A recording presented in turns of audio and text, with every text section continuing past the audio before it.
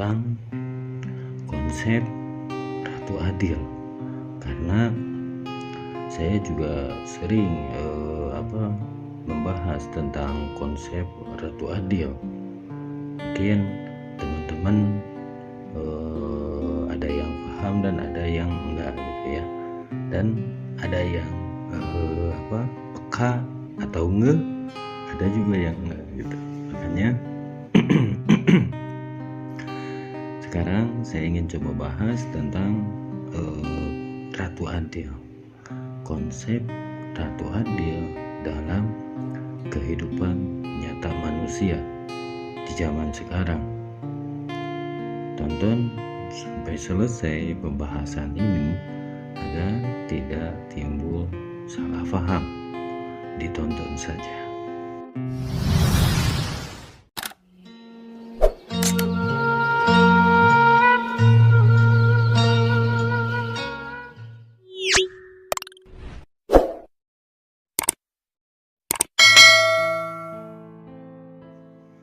Ratu Adil. Ratu Adil banyak yang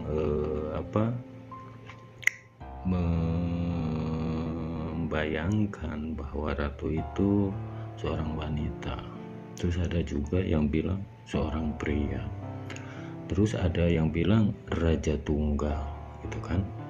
Tapi kalau menurut saya pribadi, Ratu Adil itu adalah konsep keadilan di dalam kehidupan yang sedang kita jalani masa ini, sekarang ini, atau di zaman ini. Seperti apa konsep Ratu Adil itu? Konsep Ratu Adil itu yaitu tentang ibaratnya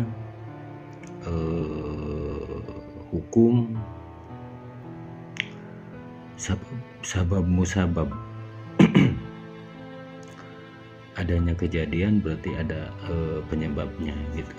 Atau saya ambil contoh saja, ketika kita berdoa memohon pada yang kuasa, gitu kan, memohon sesuatu atau meminta sesuatu pada yang esa, atau dalam muslim itu Allah Subhanahu wa Ta'ala. Nah, ketika kita memahami tentang konsep Ratu Adil, sebenarnya Allah Subhanahu wa Ta'ala itu tidak perlu diminta sebenarnya, begitu. Sebab Allah itu maha mengetahui apa yang dibutuhkan manusia, gitu kan. Contoh saja, manusia, semua makhluk hidup membutuhkan nafas. Terbukti bahwa manusia ini setiap saat harus bernafas. Makanya Allah Subhanahu wa Ta'ala itu menyediakan, kan seperti itu. Nah, kalau konsep Ratu Adil ini seperti apa yang akan saya jelaskan. Tadi saya menyinggung tentang doa. Jadi ketika kita berdoa meminta atau memohon sesuatu dan agar kita dikabulkan doa tersebut oleh Yang Maha Kuasa, otomatis sebelum terkabulnya doa tersebut, kita terlebih dahulu dapat yang namanya ujian, begitu. Ujian yang seperti apa? Kan seperti itu. Ya ujian yang tergantung atau yang terhubung pada doanya tersebut. Misalkan banyak orang berdoa, gitu kan, ingin ibaratnya sukses, ingin maju atau jaya, gitu kan. Nah, sebelum doa-doa itu dikabulkan, Allah Subhanahu wa Ta'ala akan memberikan dulu cobaan untuk seseorang yang berdoa, agar ketika doanya dikabulkan, orang tersebut akan menyukuri apa yang dia dapat. Begitu. Jadi Allah Subhanahu wa Ta'ala itu akan memberikan ujian terlebih dahulu sebelum doa-doanya tercapai atau dikabulkan. Doa orang yang ingin sukses, otomatis orang tersebut akan diberikan ujian. Ujian seperti apa? Ujian dalam menjalankan kehidupan yang penuh dengan kegagalan. Tujuannya apa? Tujuannya agar manusia ini yang berdoa ingin sukses ini ingat kembali pada Allah.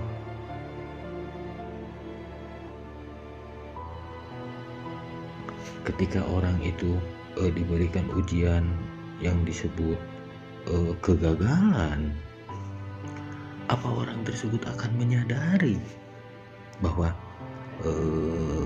setiap kegagalan itu karena Allah, atau kegagalan ini orang tersebut memandang selain Allah? Misalkan tidak sedikit orang-orang yang menanggapi tentang usahanya sepi atau usahanya bangkrut, banyak yang menyalahkan orang lain, seperti guna-guna, terus dikerjain orang lain agar usahanya sepi atau agar usahanya terpuruk gitu, atau usahanya ibaratnya ada yang ngerjain supaya bangkrut gitu. Nah, jadi begini, konsep Ratu Adil ini ya, ketika kita sedang terpuruk dalam mencari kehidupan atau mencari, ibaratnya setiap orang akan mencari yang namanya kehidupan atau sesuatu yang bisa membuatnya sukses, jadi orang yang sukses gitu kan. Nah, tidak sedikit orang yang menghubung-hubungkan usahanya itu dengan goib gitu kan. Ketika kita ibaratnya usaha kita sepi, terus kita nyari, ternyata ada orang yang menutupi usaha kita, bidang usaha kita, atau ada orang yang iri lah ibaratnya pada kita dengan ngerjain kita melalui perantara dukun gitu. Nah, kalau menurut saya hal yang seperti itu emang ada, hal yang seperti itu ada, tapi kita harus sadar bahwa manusia ini hidup di alam nyata, bukan di alam goib. Jadi manusia ini, kenapa kita manusia disebut makhluk yang sempurna atau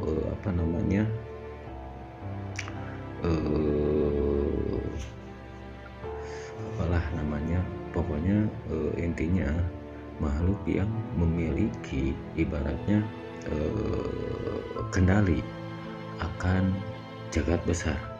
Jadi di setiap diri manusia itu ada jagat kecil, gitu kan?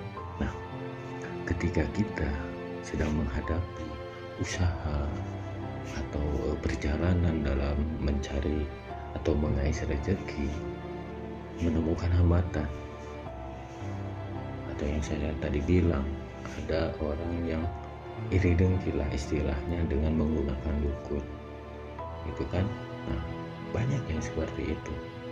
Tapi kita sebagai manusia jangan terbawa ke alam goib. Pemikiran kita jangan terbawa ke sana. Jangan terbawa ke alam goib sana. Gitu. Kenapa seperti itu? Karena ketika ada orang yang iri dengki, ada orang yang nggak suka akan kesuksesan kita, itu ibaratnya suatu ujian buat kita yang sedang melangkah untuk mencari ibaratnya kesuksesan di dalam kehidupan ini. Begitu. Nah, itu sebenarnya ujian. Ada orang yang seperti itu yang iri dengki pada kita, terus menggunakan dukun untuk mengguna-gunai kita. Itu adalah ujian, sebab suksesnya atau nyampainya guna-guna tersebut itu atas izin Allah.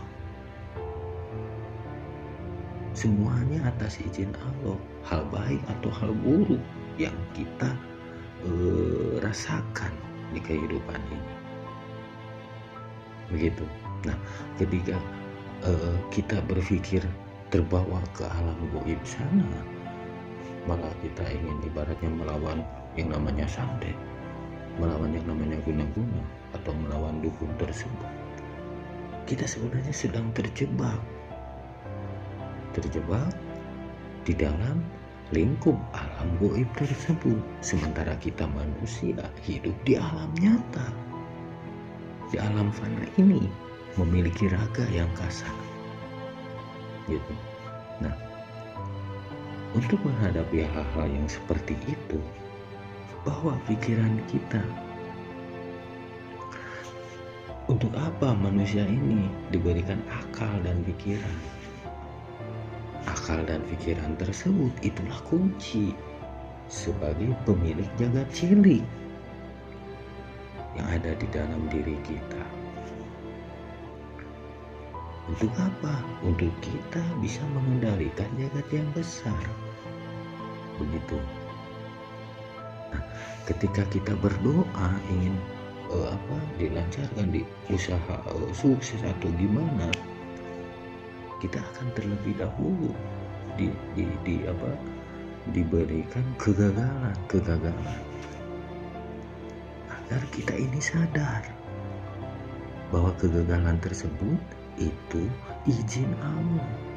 Kita bisa menerima tidak dengan kegagalan ini, atau malah kita terjebak di dalam sana yang tadi saya bilang ada orang yang iri, malah ujung-ujungnya kita nyari orang pintar lagi untuk melawan orang yang iri itu, atau kita sendiri yang bisa melawannya, malah kita nantinya terbawa ke sana gitu. Nah, jangan sampai seperti itu, sebab Allah Subhanahu wa Ta'ala tidak menginginkan hal itu. Allah yang diinginkan Allah itu ketika kita diberi ujian tersebut, kita ingat enggak pada ibaratnya yang memberikan ujian tersebut, Allah Subhanahu wa Ta'ala. Apa kita akan kembali pada Allah yang disebut innalillahi? Sebab asal dari Allah, kita harus kembalikan lagi pada Allah. Begitu. Ketika kita mampu mengendalikan diri kita agar kita ibaratnya bisa menerima sesuatu yang disebut tadi saya bilang kegagalan, karena itu termasuk kehendaknya juga, kehendak Allah Subhanahu wa Ta'ala, agar kita bisa sadar bahwa sesuatu itu Allah lah yang mengizinkan. Ketika kita sampai titik kesadaran bahwa itu kehendak Allah atau yang disebut Bismillah, disitulah kita akan dikabulkan yang disebut doa-doa kita, sebab kita sudah bisa menyerahkan diri kita pada Allah Subhanahu wa Ta'ala yang disebut inna lillahi wa inna ilaihi rajiun. Karena inna lillahi itu ibaratnya orang yang berikhtiar mencari rezeki, mengais rezeki, itu kan berdoa agar sukses atau gimana gini gitu.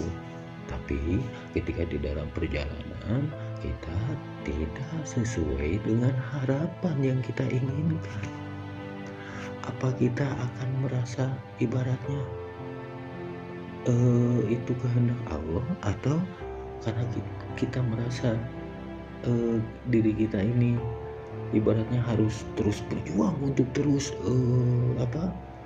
menuju kesuksesan gitu kan, terus melawan seolah-olah diri kita ini mampu gitu. Padahal yang tersebut itu salah. Harusnya kita tuh pasrah saja, sebab semua yang kita dapatkan, semua yang kita ibaratnya rasakan itu kehendaknya, itu Bismillah. Jadi di dalam ikhtiar kita mengais rezeki atau menuju kesuksesan atau ingin kita menjadi sukses, kuncinya satu, pasrah. Sebab dalam Al-Kahfi atau yang dibejangkan oleh Kanjeng Nabi Muhammad SAW tentang bertemu Dajjal, karena Dajjal itu adalah konsep kehidupan yang bisa menggiring kita, yang saya bilang tadi, seperti orang yang iri dengki pada kita dengan menggunakan dukun. Nah, itu konsep Dajjal. Ketika kita tersedot ke sana, berarti kita terjebak dalam konsepnya Dajjal, bukan konsepnya Ratu Adil gitu. Karena kalau konsep Ratu Adil, kita harus inna lillahi, pasrah. Karena dalam bejangan Kanjeng Nabi itu kita harus pasrah, yang disuruh baca tentang Al-Kahfi 1-10, karena Al-Kahfi 1-10 intisarinya itu pasrah. Jadi ketika kita ingin dikabulkan doa-doa kita, pasrah dan jalani hidup ini dengan benar-benar pasrah.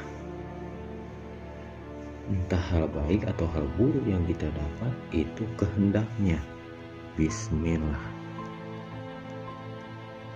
Jadi intinya kehidupan kita dalam menjalani kehidupan ini,